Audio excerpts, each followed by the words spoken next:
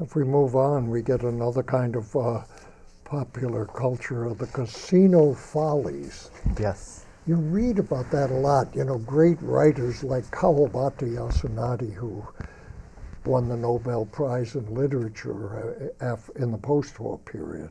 But he'll mention, you know, nightlife and entertainment districts and so on. You get loads of references to the Follies and to people working in these shows. Casino Follies and other establishments like that, again, were set in the entertainment district of Asakusa.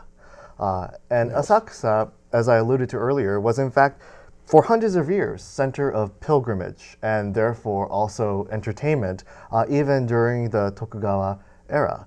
But in 20th century Japan, it becomes, on the one hand, the center of film industry or film consumption, a center of movies, but also center of a whole gamut of entertainment, lowbrow entertainment from people who are doing tricks, magics, magicians, dancers. And so Asakusa, throughout this period, 19-teens through 1930s and 40s, is basically the Tokyo city's amusement quarter, and it's the place where people go to get entertained. And Casino Follies, again, is an example of a westernized, somewhat westernized form of entertainment that sometimes put on things like a sort of twisted version of Western operettas and things like that. There was even a phenomenon called Asakusa Opera or Asakusa Opera, which was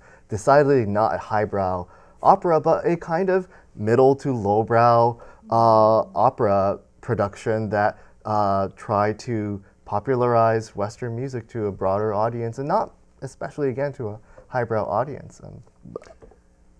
If you get into the photographic record, which we're not going to get into, you also see Western-style chorus girls and chorus lines and, Absolutely. and so on. You can imagine how bedazzling this must have been to young men coming in from the countryside to the big city, or even to young women, the dazzling big city.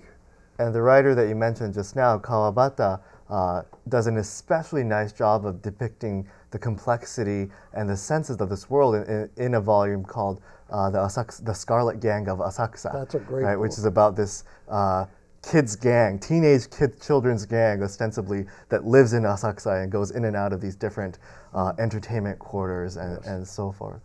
It's a fascinating place.